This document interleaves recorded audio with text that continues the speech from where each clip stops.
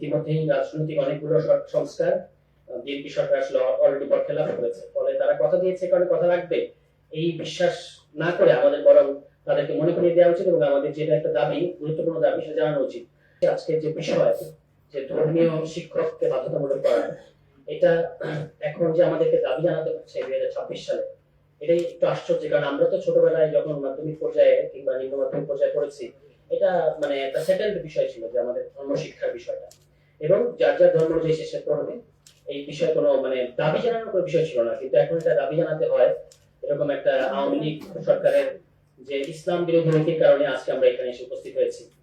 যে জুলাই সনদটা নিয়ে আমরা কাজ করেছি, ওই জুলাই সনদে কিন্তু আমাদের ধর্মীয় স্বাধীনতা, যার যার ধর্ম অনুযায়ী শেষে স্বাধীন থাকবে, স্বাধীনভাবে তার ধর্ম পালন করবে, এই ব্যাপারটা নিশ্চিত করা ছিল এবং সকল দল এখানে ঐক্যমত্য হয়েছে। বিএনপির যে ইশতেহার, সেখানেও আমি দেখলাম যে তারা এই প্রতিশ্রুতিটা দিয়েছেন।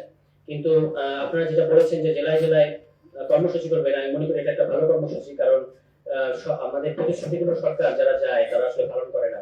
ইতিমধ্যেই রাজনৈতিক অনেকগুলো সংস্কার বিএনপি সরকার আসলে অলরেডি বরখেলাপ করেছে। ফলে তারা কথা দিয়েছে, কারণ কথা রাখবে এই বিশ্বাস না করে আমাদের বরং তাদেরকে মনে করিয়ে দেওয়া উচিত এবং আমাদের যেটা একটা দাবি, গুরুত্বপূর্ণ দাবি, সেটা জানানো উচিত। সবশেষে যেটা বলবো সেটা হলো যে আওয়ামী লীগ দীর্ঘদিন যাবত বাংলাদেশে ধর্ম বনাম প্রগতিশীলতা, এই একটা বিভাজন তৈরি করেছে এবং এই বিভাজনের মধ্যে দিয়ে তারা শাহবাগের যে উগ্র সেকুলারবাদী যে রাজনীতি, এটা দীর্ঘদিন ধরে চালিয়ে গেছে এবং সেটার কি ভীষণ ক্ষতি হয়েছে আমাদের, এটা এখন ভালো অপেক্ষা রাখে না। আমরা এই বিভাজন চাই না। আমরা চাই যে আমরা এই ছোট দেশের মধ্যে সবাই মিলেমিশে থাকবো, যার যার ধর্মীয় স্বাধীনতা থাকবে। আমরা একটা গণতান্ত্রিক রাষ্ট্র চাই, কিন্তু যেটা ধর্মীয় মানে মত প্রকাশের স্বাধীনতার নামে ধর্মকে কটূক্তি করা, ধর্মের ব্যাপারে একটা ঘৃণা ছড়ানো এবং সেটা নিয়ে সমাজে ফেতনা ফ্যাসাদ সৃষ্টি করা, আমরা দেখেছি অনেক অনেক বাজে বাজে ঘটনা, অনেক দুঃখজনক ঘটনা ঘটে যায় এই কারণে।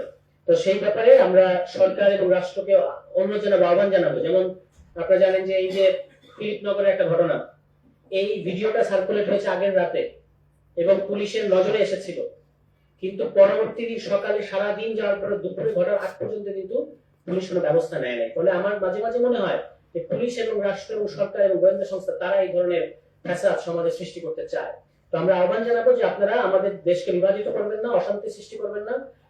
অনেকগুলো অশান্তির মধ্যে আমরা ইতিমধ্যে আছি। আমরা শান্তিতে থাকতে চাই।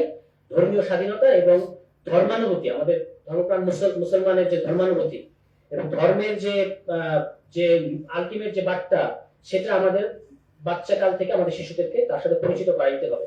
আমরা আধুনিকতার নামে ধর্মীয় মূল্যবোধকে ভুলে যেতে চাই না। ফলে আপনাদের এই দাবির সাথে আমরা সম্পূর্ণ সহমত। আজকে যেহেতু সময় নেই, আমাদের সম্মানিত পীর সাহেব কথা বলবেন, আমি আর বেশি কথা বলবো না, সময় নষ্ট করবো না। সবাই ভালো থাকবেন। আসসালামু আলাইকুম।